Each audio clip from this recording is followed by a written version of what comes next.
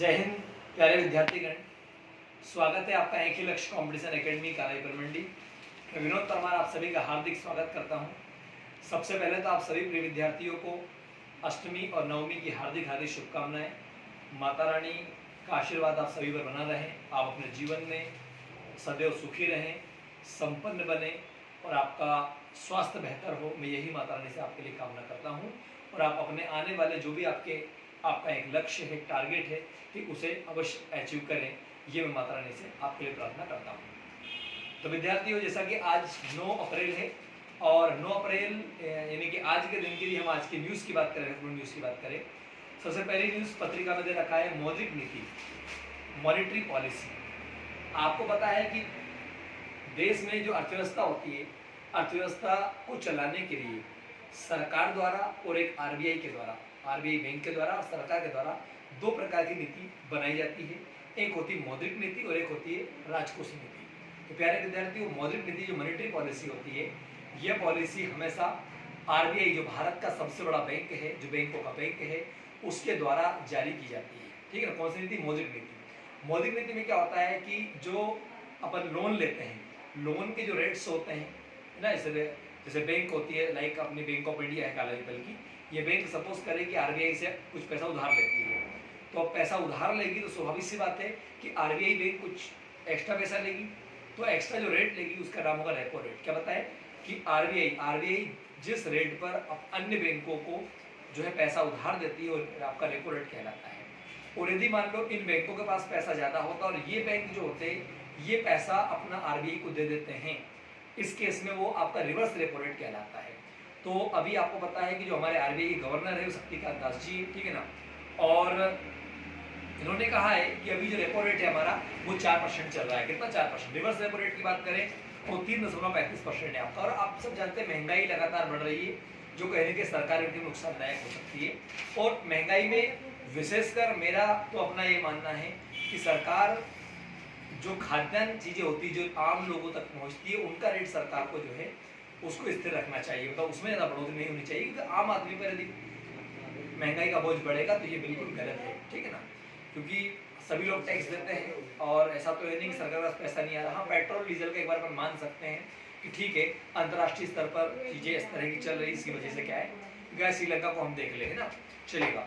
तो आगे बात करें। अच्छा, जो शक्तिकांत दास जी हमारे आरबीआई गवर्नर, इन्होंने कहा है कि अभी जो जीडीपी ग्रोथ है हमारा 2022-23 का वो 7.2% रहने का अनुमान है। बात ये सर जीडीपी क्या है, तो जीडीपी ग्रोस डोमेस्टिक प्रोडक्ट, सकल घरेलू उत्पाद। प्यारे विद्यार्थियों, किसी देश में उस देश की सीमा के भीतर जो लोग काम कर रहे होते हैं वो वस्तुओं का उत्पादन करते हैं, जैसे हम लोग गेहूँ चावल का उत्पादन करते हैं, है ना, कोई आपका नौकरी से पैसा कमा रहा होता है या मतलब कोई उद्योग कर रहा होता है। जो भी देखा जाए तो अपने घरेलू कामों को छोड़ करके जहाँ से भी देश के अंदर उत्पादन होता है उसका जो पैसा आता है पूरे एक साल का, से एक साल में मान लो आपके घर में सोयाबीन से, चने से, गेहूं से, दूध से, इनसे एक साल की जो आपकी इनकम होगी ना आपके घर के भीतर, ठीक, जिन जिन लोगों ने काम किया होगा, जितने को उन्होंने इनकम की, वो आपका जीडीपी कहलाता है, सकल घरेलू उत्पाद कहलाता है। तो ये कहा गया कि इसका जो ग्रोथ रेट है वो 7.2% रहने का अनुमान बताया गया है। आइए आगे बढ़ते हैं हम लोग। ओरछा, आप सब जानते हैं ओरछा टीकमगढ़ जिले में पहले आता था, निवाड़ी जिले में आता है, और चित्रकूट आप सब जानते सतना जिले में आता है। तो यहाँ पर जो है आपका दिवाली जैसा त्योहार मनाया जाएगा रामनवमी के अवसर पर, ऐसा बताया जा रहा है। ठीक है ना, तो अच्छी बात है। वैसे भी आप सब जानते हैं अयोध्या जो है आपका, ठीक, हमारा जो मध्य प्रदेश का अयोध्या है वो ओरछा को कहा जाता है, भगवान राम की नगरी को कहा जाता है, भगवान राम को जहाँ पे राजा के रूप में माना जाता है।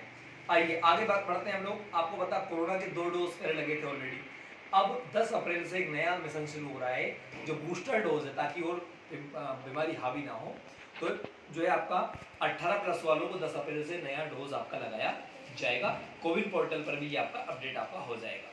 स्वास्थ्य मंत्रालय ने ये इसी घोषणा की और आप सब जानते हैं केंद्रीय स्वास्थ्य मंत्री मनसुख मांडविया जी वर्तमान में हमारे भारत से हैं। आगे हम बात करते हैं कुछ और न्यूज, जैसे कि आपका कुपोषण के बारे में आप देख सकते हैं। कुपोषण में वर्तमान में सबसे ज्यादा जो कुपोषित राज्य भारत का वो बिहार है। बिहार में ज्यादा यूपी है, झारखंड है, गुजरात है, मध्य प्रदेश है, इन सभी का नाम आता है। अच्छा, एक बात और है, हम देखें आगे तो हिंदी की एकरूपता के लिए जाना जाएगा उज्जैन। एक नई न्यूज आपकी बनी है मध्य प्रदेश से। देश में अपने पैर तरह का प्रयोग, महाकाल की नगरी उज्जैन को अब देश की हिंदी की एकरूपता के तौर पर नई पहचान होगी, ऐसा कहा जा रहा है। यहाँ मार्ग संकेतक सूचना पटल से लेकर होटलों तक के नाम हिंदी में लिखे जाएंगे। ये अच्छी बात है। आपने देखा होगा हम कई अन्य राज्यों में जाते हैं तो राज्यों में कई राज्यों में कुछ जगह हिंदी मिलती नहीं है, इवन वहाँ इंग्लिश या उनकी क्षेत्रीय भाषा मिलती है।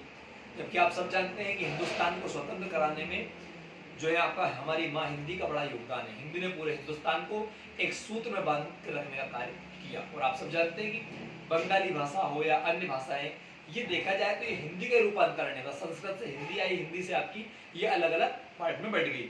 चलिए उसकी हालांकि हम अलग बात करेंगे। अभी आगे देखते हैं हम लोग। तो आगे देखिएगा अगली जो न्यूज अब आते हैं सीधे हम आते हैं स्पोर्ट्स की तरफ बढ़ते हैं। स्पोर्ट्स में हम देखेंगे तो आप देखेंगे जूनियर हॉकी जो है आपका वर्ल्ड कप प्रतियोगिता चल रही है। और आपको पता होगा जूनियर हॉकी वर्ल्ड कप प्रतियोगिता में जो महिला टीम है हमारी, मतलब महिलाओं की चल रही है, इन्होंने दक्षिण कोरिया को 3-0 से शिकस्त दी। ठीक, तो भारतीय महिला हॉकी टीम ने HIH जूनियर विश्व कप में अपना अजय क्रम जारी रखते हुए शुक्रवार को एक तरफा क्वार्टर फाइनल में दक्षिण कोरिया को 3-0 से हराया। ये अच्छी बात है। हम क्वार्टर फाइनल में जो है आपका मतलब सेमीफाइनल में हम आ जाएंगे, चलेगा। भारतीय टीम की मुमताज खान को गोल करने की बधाई देते साथी खिलाड़ी। मुमताज खान एक खिलाड़ी हमारी, उनका बताया गया है, ठीक है ना, चलेगा। और आप सब जानते हैं हॉकी में जो आपका पूरा गेम होता है वो ओवरऑल 70 मिनट का होता है।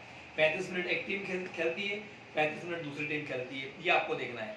आगे हम बात करते हैं तो जो गुजरात है आपका, वो राहुल तेवतिया के आखिरी 2 गेंदों पर 2 छक्के लगाकर गुजरात जो है आपका जीत गया। गुजरात की टीम का नाम हार्दिक मतलब कप्तान जो है उसके आपका हार्दिक पांड्या है।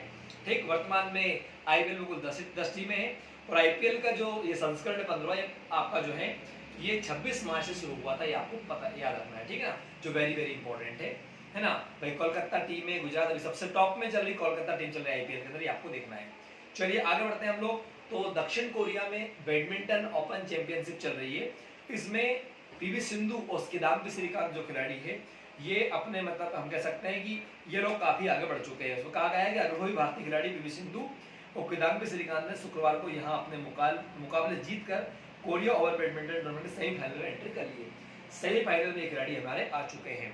तो आप देख सकते हैं इस तरह की अब आई लीग फुटबॉल राजस्थान यूनाइटेड की मतलब एक प्रकार से फुटबॉल लीग भी चलती है, आपको पता है। उसके में भी बात नायर, ये अलग अलग क्रिकेट की न्यूज है तो इसको तो आप भले ही नहीं करिएगा जितना, लेकिन मैंने हमने डिस्कस किया इसको आप जरूर ध्यान रखिएगा। और हम देख लेते हैं यदि कुछ निकले तो निकाल लेते हैं। हाँ, अब ये तो लगातार अपन रोजाना देखते हुए आ रहे हैं कि यूक्रेन में के पास मिसाइल हमला है ना, रूस जो है आपका मतलब 39 लोग मरे। आप सब जानते हैं कि अभी देखा जाए तो ये जो युद्ध है, ये युद्ध लगातार आपका 44वें दिन इसको हो चुके हैं। तो बड़ा मतलब इससे नुकसान हो रहा है, पूरी दुनिया को नुकसान हो रहा है और युद्ध इसलिए नहीं होना चाहिए। हालांकि कहते हैं कि युद्ध भी जो होता है वो शांति के लिए होता है, कभी कभी करना पड़ता है ना। जहाँ पर जब अशांति लगातार बनी रहे और कोई जब चीज़ों को ना माने उस केस में युद्ध करना भी जरूरी हो जाता है, वो धर्म बन जाता है। आगे हम देखते हैं गोदबया। गोदबया आप सब जानते हैं श्रीलंका के पूर्व राष्ट्रपति थे, तो महिंदा गोदबया राजपक्षे और इनके भाई जो महिंदा राजपक्षे। गोदबया सरकार के खिलाफ अविश्वास प्रस्ताव की धमकी आ रही है और आपको पता है इनके मंत्रिमंडल में कई सारे मंत्रियों ने इस्तीफा भी दे दिया है। आगे हम बात करते हैं पाकिस्तान में एक आतंकवादी हाफिज सईद, उसको 32 साल की सजा जो है वो पाकिस्तान में सुनाई है, जो कि एक आतंकी। आप सब जानते हैं कि भारत में हुए पिछले बड़े बड़े हमलों में हाफिज सईद का नाम इसमें आता है। चलिए, तो बाकी तो राजनीतिक न्यूज़ें हैं कि राहुल गांधी जी कुछ कह रहे हैं और कौन क्या कह रहा है, इससे अपने कोई मतलब नहीं, ठीक है ना, छोड़ेगा। तो धन्यवाद आपको और पुनः मैं आपको अष्टमी और नवमी की हार्दिक शुभकामनाएं देता हूँ। ईश्वर आपके जीवन में जो है समृद्धि, सुखी और आपका कह सकते हैं हम लोग की बेहतर स्वास्थ्य लेकर आए और आप सब सफल हो आगे। धन्यवाद। जय हिंद, जय मां भारती, जय श्री राम।